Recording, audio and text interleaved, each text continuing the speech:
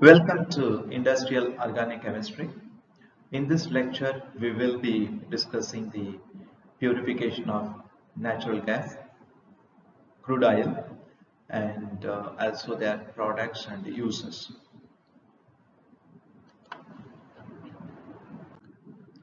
The organic chemical manufacturing industries are important because we all know that they produce various essential intermediates and final products. However, they mostly depend on petroleum and hydrocarbon derived chemicals. This is overall scheme, representative schematic diagram, where how these different stages involving in the natural gas as well as the crude oil purification from the exploration to marketing of petroleum products. If you see that exploration and development in the initial one, the next one is the petroleum production and transportation and the distribution. When it comes to distribution, where we drill the natural gas or crude oil and then we just remove the dehydration as well as it undergoes dehydration and desalting, and then it is sent to the next stage where the companies refining mills, they would get the crude oil, where the crude oil is subjected to various transformations such as refining, cracking or conversion, reformulation, distillation, fractionation and blending. And also if it is a gas, that's natural gas and liquefied natural gas. And once it undergoes various processes, then depends on the kind of products such as gasoline, diesel, kerosene, LPG and others. Not only these materials are used as fuel, the natural gas and crude oil products, and also they are used as raw materials for the various industries such as producing fibers and synthetics, medicines, etc. And these products, whatever we see here, that will be sent to the consumers through the gas stations and other utilities. Next one, the primary raw materials for petrochemicals. Primary raw materials for petrochemical, it is well known that natural gas and crude oils are the basic raw materials for the manufacture of petrochemicals.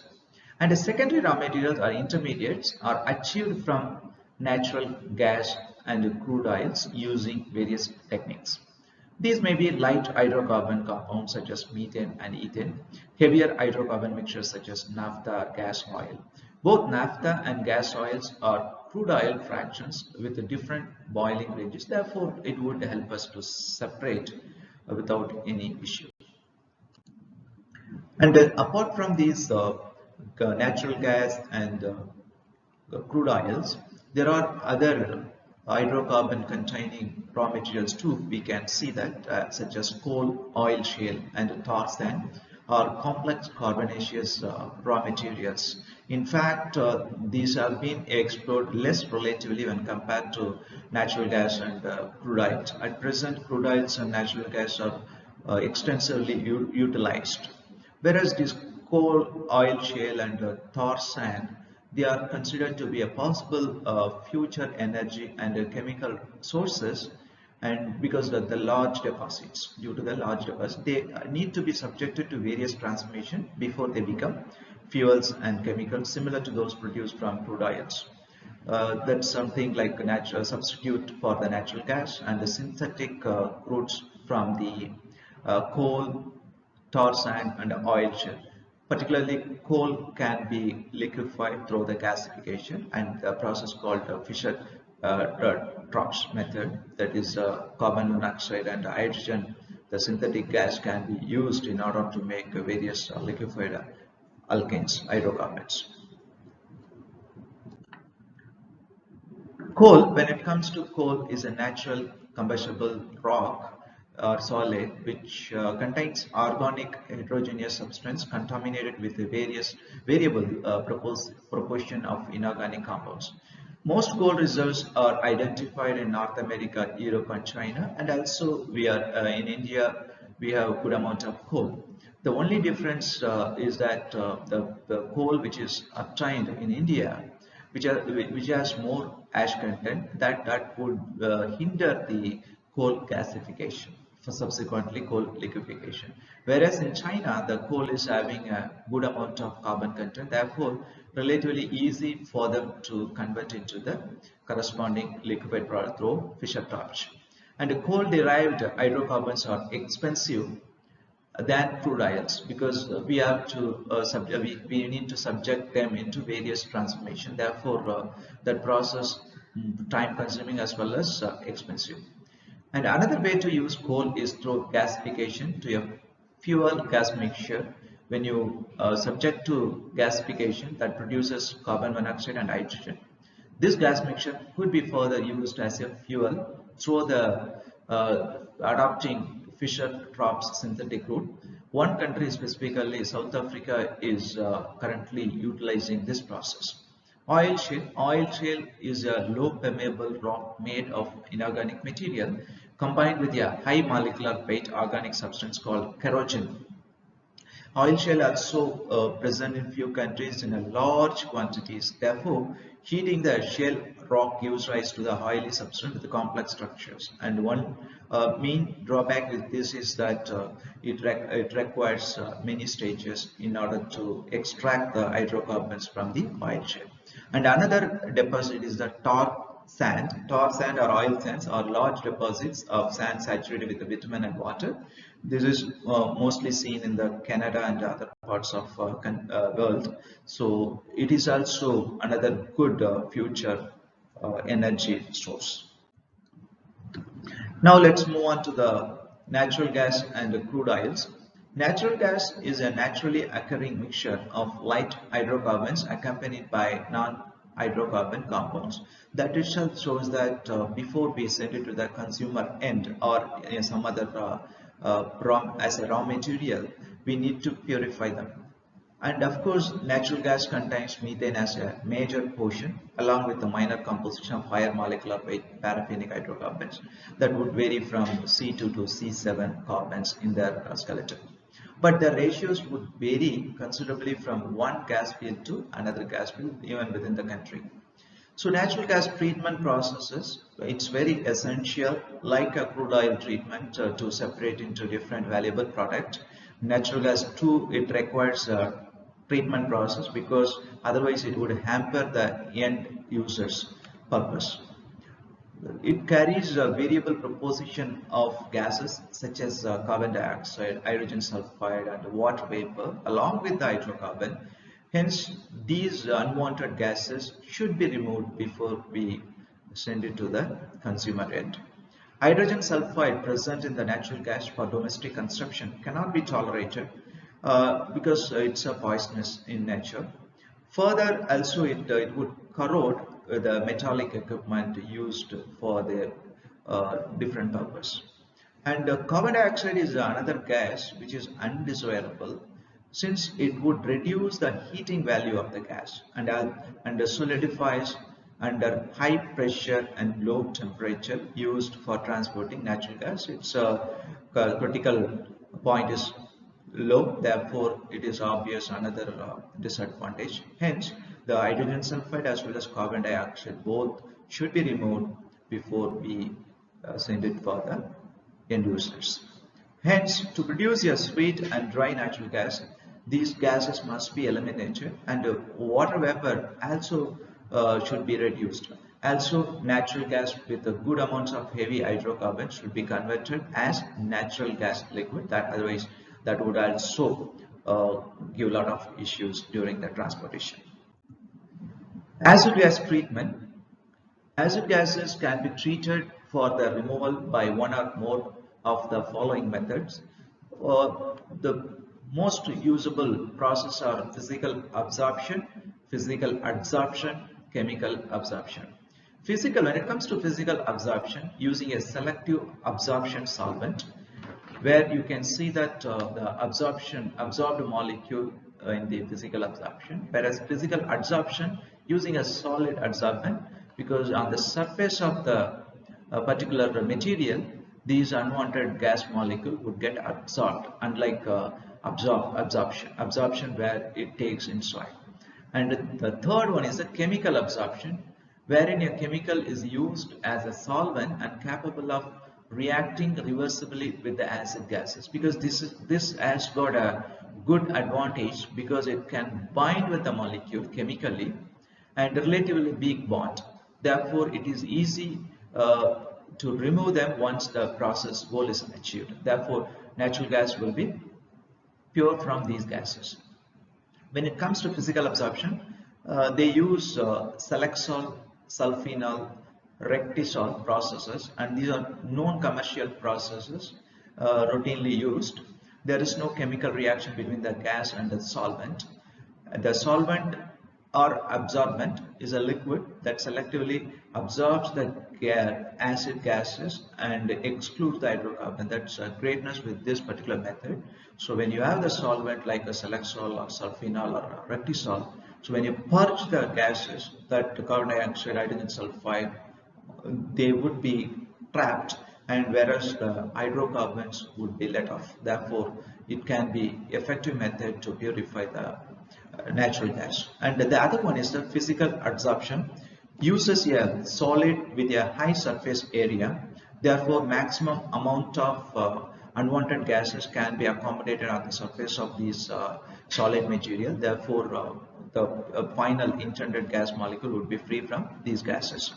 Are widely used, or these zeolites are widely used one, and are capable of absorbing large quantity of gases. Normally, more than one adsorption bed is used for continuous operation, since while one bed is in the use, the other one can be regenerated. That's what we have. This method having the great advantage. And the regeneration is accomplished by passing hot dry fuel through the bed. Furthermore, molecular sieves are useful only when the hydrogen sulfide and carbon disulfide are used in their presence. Molecular sieves are also capable of absorbing water in addition to the acid gases. Therefore, it's a dual advantage, since even water vapor needs to be reduced in the natural gas. When it comes to chemical absorption, it's also called chemisorption. These processes are characterized by a high capability of absorbing large amount of acid gases. They use a solution of a relatively weak base such as monoethanolamine. The regeneration of a base, this monoethylamine, becomes easy because they form the weak bond with the acid gas. Mono and diethanolamines are often used for this work.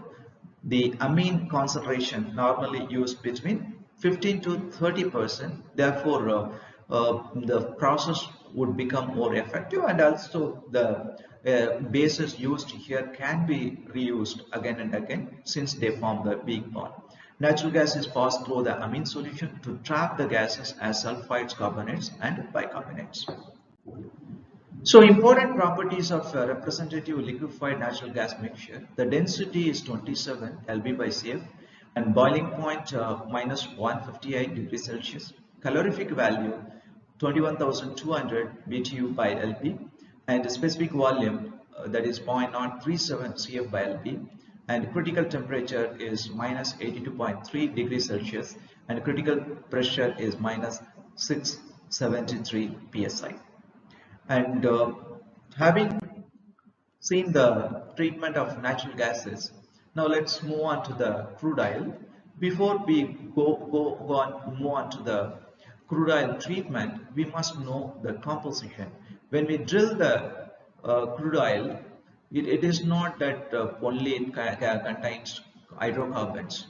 It carries even unwanted impurities. Sometimes they are also useful, such as salts, chlorides of sodium, magnesium, and calcium, sulfur compounds such as hydrogen sulfide, mercaptan, and thiophene, and a nitrogenous compound, naphthenic acid, metals, sand minerals, and waters. So crude oil is naturally occurring brown to black flammable liquid. So as we have seen, it contains other material. Some of them may be useful, some of them should be discarded. Are principally found in oil reservoirs associated with the sedimentary rocks beneath the Earth's surface. Although exactly How crude oils originated is not yet established, but it's generally agreed that crude oils derived from marine animal and plant debris subjected to high temperature and pressure. It is also suspected that transpiration may have been catalyzed by rock constituents. Regardless of their origin, all crude oils are mainly constituted of hydrocarbons along with the impurities, as we have discussed earlier. And the properties of crude oils too very important, because based on the properties, the value would be decided.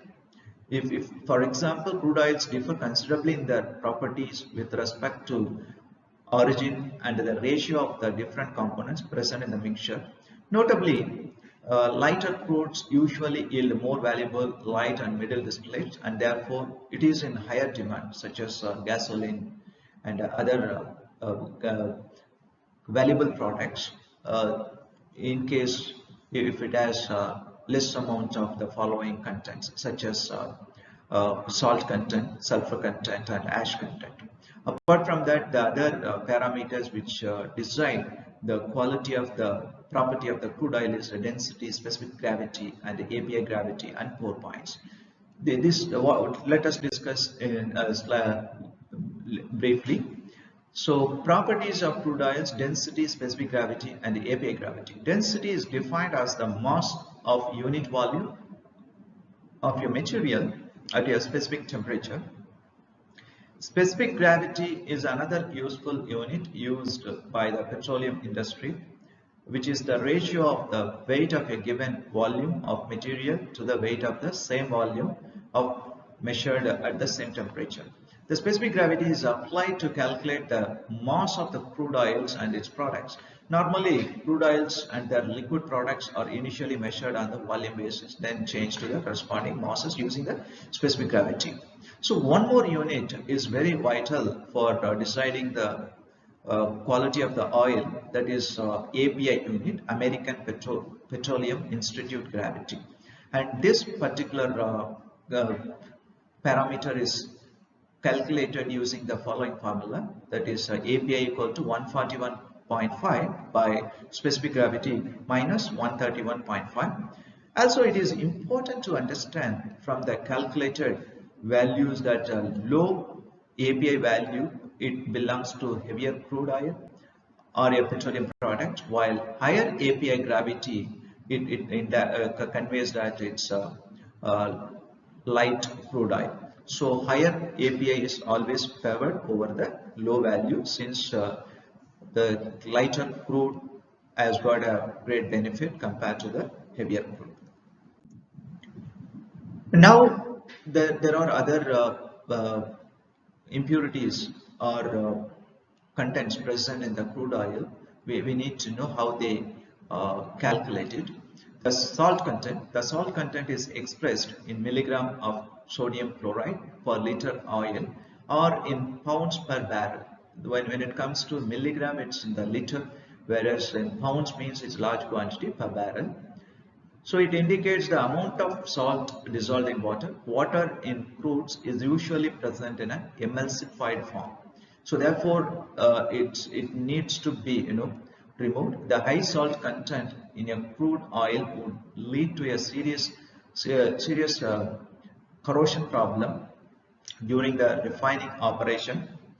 Also, a high salt content would facilitate a major cause of plugging heat exchangers and heater pipes. So these salts, especially when they are present in a large quantity, that means the kind of it's not desirable. When they heat it, they would undergo decomposition. That decomposition would lead to the production of HCl. HCl is quite corrosive.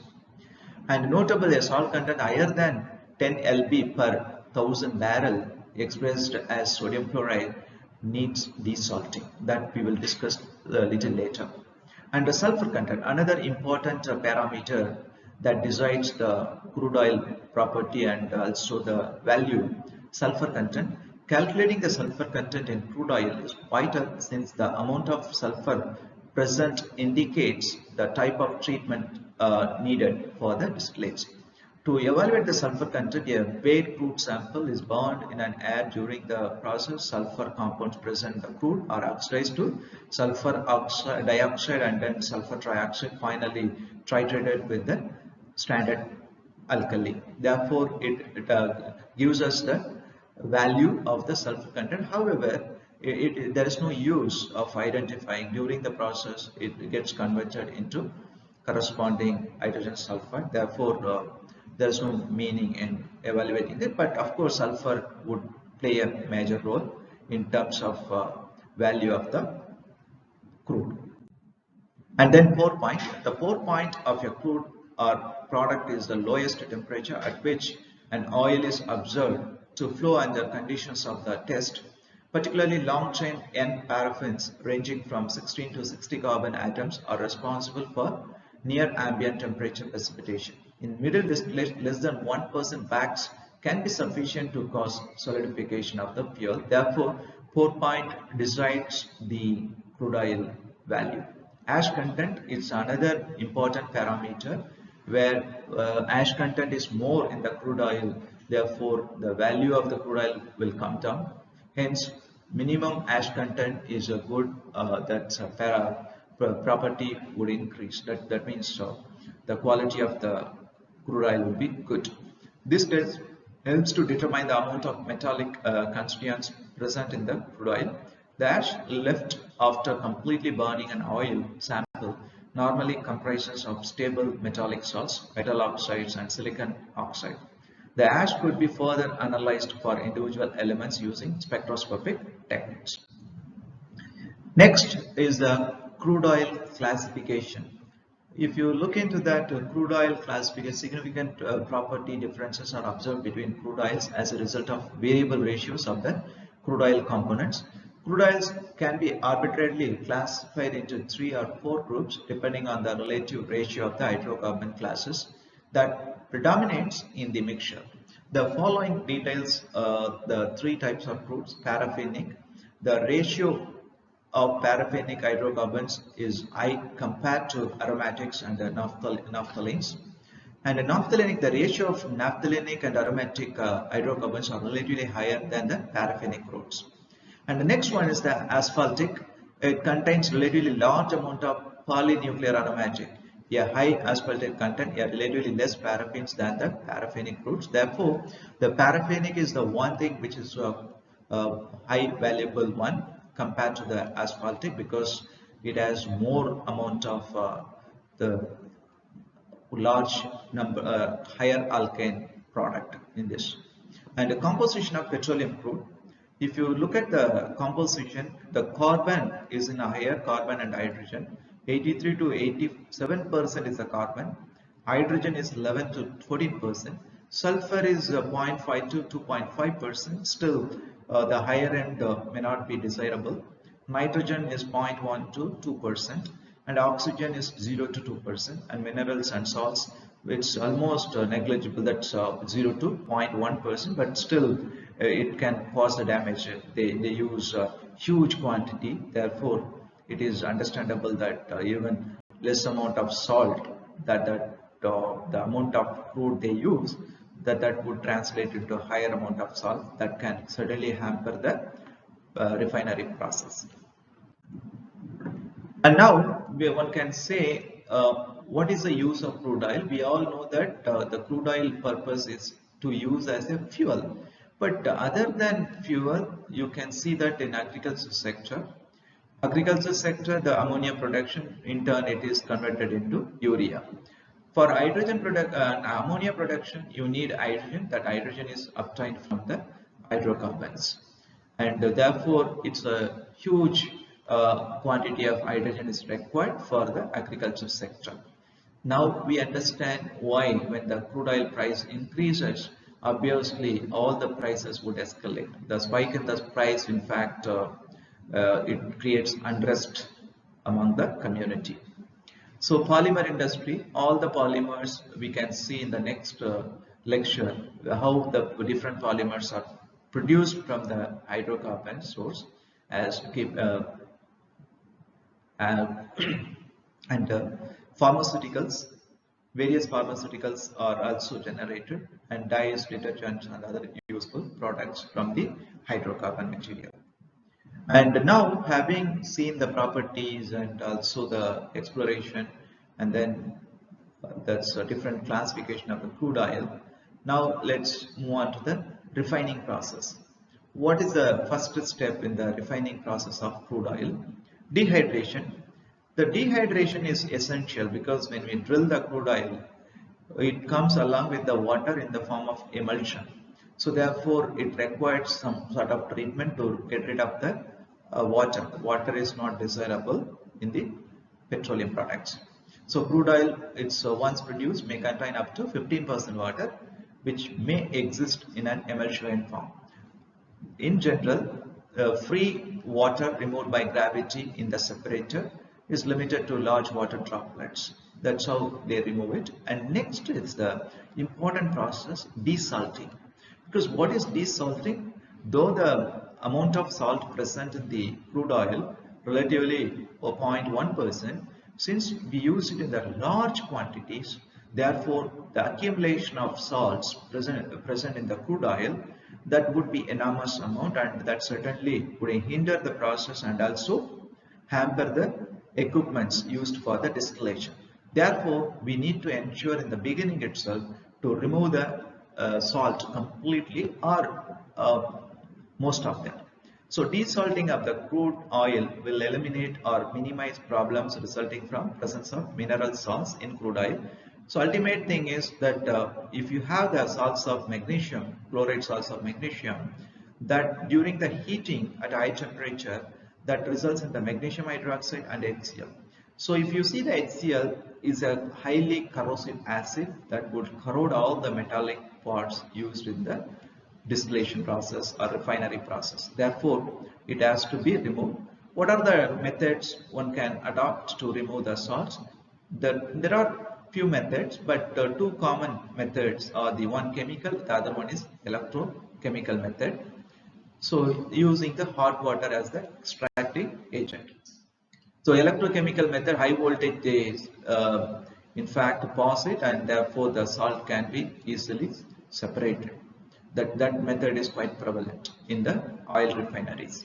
And next, once we do the dehydration and desalting, what are the other methods? Because this is a very important one. That could be physical separation. The physical separation techniques separate a mixture such as crude oil without changing the chemical properties of the components. Let us discuss the crucial physical separation process such as distillation, absorption, adsorption and solvent extraction. So distillation can be two types. One is the atmospheric distillation as well as the vacuum distillation. We will see what is atmospheric and vacuum distillation. Next one is the absorption and adsorption. Already we have discussed during our natural gas treatment process. So that we will not be discussing. Similar process is adopted in the absorption and adsorption. The other one is the extraction. Now let us consider the atmospheric distillation. Atmospheric distillation separates the crude oil mixture into different fractions with relatively narrow boiling points. Usually separation of mixtures into fractions that they based on the boiling point. And atmospheric distillation setup, one or more fractionating columns are also employed. Fractionating columns, because why we employ the fractionating column? There are hydrocarbons which are having closed boiling range. Hence, when we employ the fractionating column, even 1 degree difference in the boiling range, that can be effectively separated. Since these crude oils are used in millions of barrels every day, therefore it requires a very efficient and sophisticated system which can separate these hydrocarbons based on the boiling point, and boiling ranges also decide whether it can be used as a gasoline or diesel or jet fuel, etc. Therefore it is essential, inevitable to use the fractionating column. And next, atmospheric distillation. You see that what are the atmospheric distillation products? That is refinery gases to coming from this It's an initial process, and liquefied petroleum gases where higher alkane certainly can be liquefied, and gasoline and naphtha, that is a petrol and naphtha light and heavy, kerosene lamp oil, jet fuel, diesel oil, and domestic heating oil. Domestic heating oil normally used in the Western countries during the winter time, and heavy industrial fuels that can be used for the heating purpose. Now, having seen the atmospheric distillation of products, now let's move on to the vacuum distillation. Vacuum distillation increases the amount of middle distillates and produces lubricating oil, base stocks, and asphalt. The feed to the setup is a residue from the atmospheric distillation. What does it mean? So once we do the atmospheric distillation, that is just heating alone we give, and based on that most of the hydrocarbon which is having a less boiling point, they can be effectively separated, as we have seen various products, and whatever the leftover residue, still they have a lot of extractable hydrocarbon present in it. There we use the vacuum distillation. Vacuum distillation, the difference between atmospheric distillation and vacuum distillation. Vacuum distillation, you apply the vacuum, therefore at the lower temperature you extract remaining hydrocarbon present even after the atmospheric distillation. The vacuum distillation increases the amount of middle distillates and produces lubricating oil, base stocks, and asphalt. The feed to the setup is the residue from the atmospheric distillation. So if you look at the products obtained from the vacuum distillation, light gas oil, heavy gas oil, reduced crude oil, light vacuum gas oil, and a vacuum slop and vacuum residue. Excuse me. Then comes solvent extraction. The solvent extraction process employs a liquid solvent that has a high solvolytic property for certain compounds in the feed mixture. That is actually from the vacuum residue. Here you see that, for example, ethylene glycol extracts selectively aromatic hydrocarbons from a reformate mixture, a liquid paraffinic and aromatic product from catalytic reforming due to greater affinity towards the aromatic hydrocarbons. Among the other processes, sulfolane process is a versatile extractant for generating high purity benzene, toluene, and xylenes. It's also called as BTX. Another use is to produce low aromatic jet fuels by selective extraction of aromatics from the kerosenes. Now let's move on to the next important part.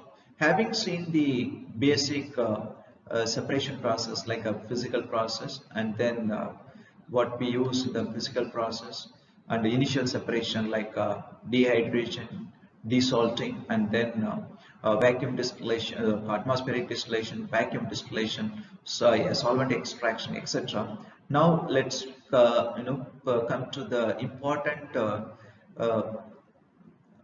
stages where whatever the products which we obtain, it may not be the usable one, or it may not be used for good purpose.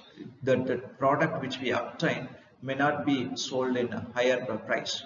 Hence, it is essential, or it cannot meet the demand. Therefore, it is essential whatever the product we have, either thermally or catalytically, it can be converted into more useful products. Like for example, higher order alkanes, which has more number of carbons, that can be fragmented, therefore it can be converted into gases, natural gases. Also it can be converted to gasoline and other very useful products. Therefore, in the oil refinery industries, they employ the following processes. One is the process for the improvement of oil properties: catalytic reforming, isomerization, alkylation, polymerization. And then conversion process for oil, that is a thermal process, is breaking, delayed coking. Though there are even some other process, but we will be restricting to this process. And a catalytic process, catalytic cracking, that is a fluid catalytic cracking, SCC. It's a very important process, the catalytic conversion process. And hydrocracking, steam for reforming, hydro conversion. And then finishing process, hydro treatment or hydrogenation, sweetening. These are all very essential once we obtain from the distillation, we may not be able to use the low-end products. They are not having the similar property like light crude compounds. Hence, these conversions would help us facilitate to get the uh, light crude property compounds. Conversion process for oil, in this case, conversion process in the petroleum industry are usually employed to as I told you earlier, upgrade lower value materials such as heavy residues to more valuable products such as naphtha and LPG. So naphtha is mainly used to supplement the gasoline pool, while LPG is used as a fuel or a petrochemical feedstock. And also to improve the characteristic of a fuel, for example, a lower octane naphtha fraction is reformed to higher octane reformate product. The octane number is also essential to check the quality of the fuel. If the octane number is high, then it can be used as a gasoline compared to the lower octane numbers. And then because its demand is high for the higher octane value hydrocarbons, and reduce harmful impurities in petroleum fractions and the residues to control pollution, to avoid poisoning certain processing catalysts. For example, hydrotreatment of naphtha feeds to catalytic reformers is essential because sulfur and nitrogen impurities poisoning the catalyst. So these all should be removed, sulfur and nitrogen impurities. And a conversion process are either, as I told you earlier, it could be thermal or catalytic. So both of them having their own advantages. Therefore, we need to see that thermal process. Nevertheless, thermal cracking was the first process employed to increase gasoline production. But catalytic cracking was preferred due to the improved yields and product quality. However, thermal cracking is employed in three important modifications such as coking, viscosity breaking, and steam cracking. Now let's see the steam cracking. It plays a vital role since special design for producing light olefin like gasoline as well as the gases, natural gases. And coking process, it's a severe thermal cracking process designed to handle heavy residues with high asphaltene and metal contents, because catalytic cracking units cannot handle this type of crude due to the impurities that would deactivate and poison the catalyst, because this particular process, it involves only the temperature, so that when you use the high temperature, therefore these sort of crude compounds which has a higher number of carbon atoms in the skeleton, that can be fragmented and converted into the desired lighter crude compounds. And next one is the delayed coking. The reactor system consists of short contact time heater coupled to a large drum in which preheated feed soaks on a batch basis cook gradually, in fact, to form the drum. And delayed coking unit has at least a pair of drums, that is one drum is used and overflow to the another one. Therefore the it could be a continuous one. There is no disturbance at all. Delayed coking. And viscosity breaking, viscosity breaking, the name itself shows that the oil might be viscous, that cannot be used for various reasons, and also it cannot be transported. So in order to fragment, therefore it can be converted into a lighter crude.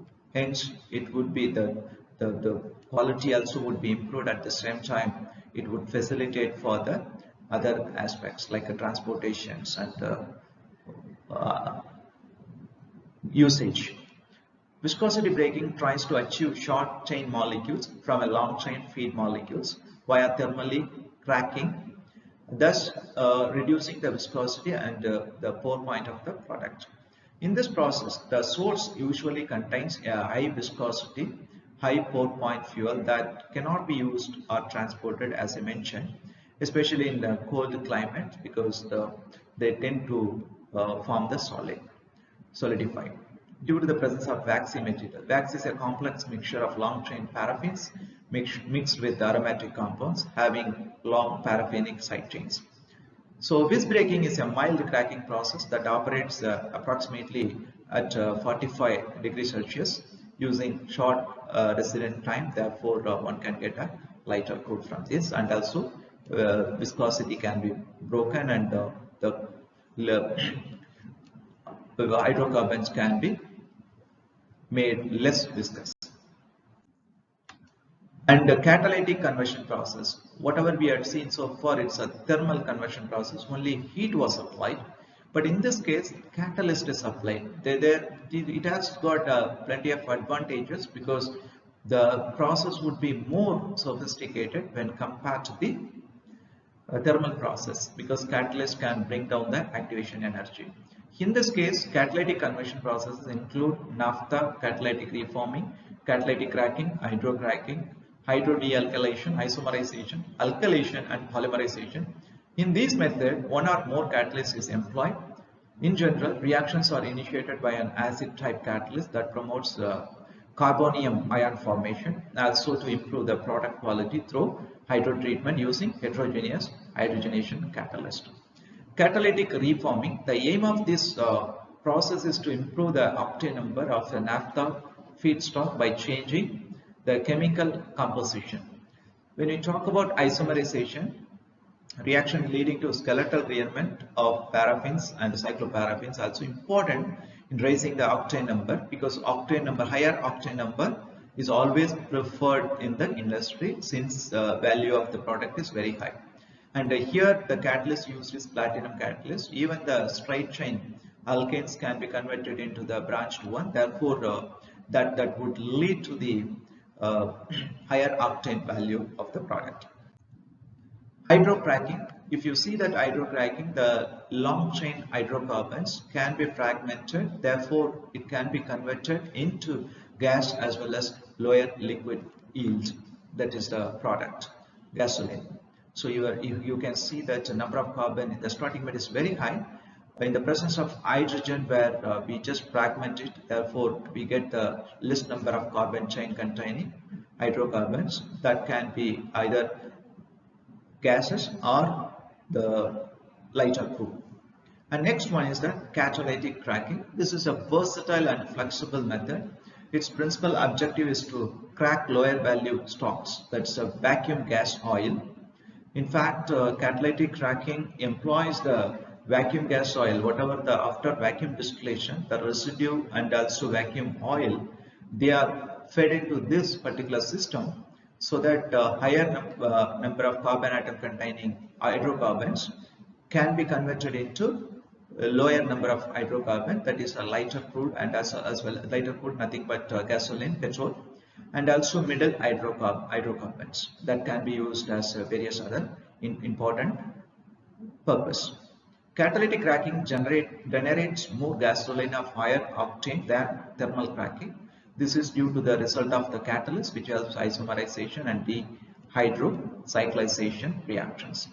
In this case, fluid catalytic cracking is a main player for the gasoline production. The catalyst employed in this process is the zeolite base for the cracking system, and this is the complete setup for the fluid catalytic cracking setup. If you look into that, the feed, that is vacuum gas oil or vacuum residue, is fed into this, and this is the reactor where catalyst is present at a high temperature, that is 493 to 554 degrees Celsius in the reactor in the presence of catalyst. These all higher order alkane molecules would be fragmented and converted into the C4, that is a gas molecule, butane, and also gasoline, petrol, and a fuel oil. And of course, since they use it in the large quantities, it is essential to reuse the catalyst. Therefore, catalyst can be regenerated. First it undergoes to stripper, where the sticking hydrocarbons or carbon material would be removed in the stripper, and followed by it will be sent to the catalyst regenerated, where at a higher temperature all the pore blocked, that's the catalyst would have more pores and their reaction would take place. that pores will be cleaned by supplying high temperature. Therefore it will be burned completely, and the catalyst surface will be, active site would be regenerated. That would generate the flue gas that will be let off, and then whatever the regenerated catalyst, again it will be sent back to the reactor. This repeated process in fact ensures the cost effective process, and this is very important process when it comes to the catalytic cracking process. And this is overall picture for the modern refinery system. Whatever we have discussed, all of them are available. One can go through it and therefore they can understand. These are the reference books. Thank you.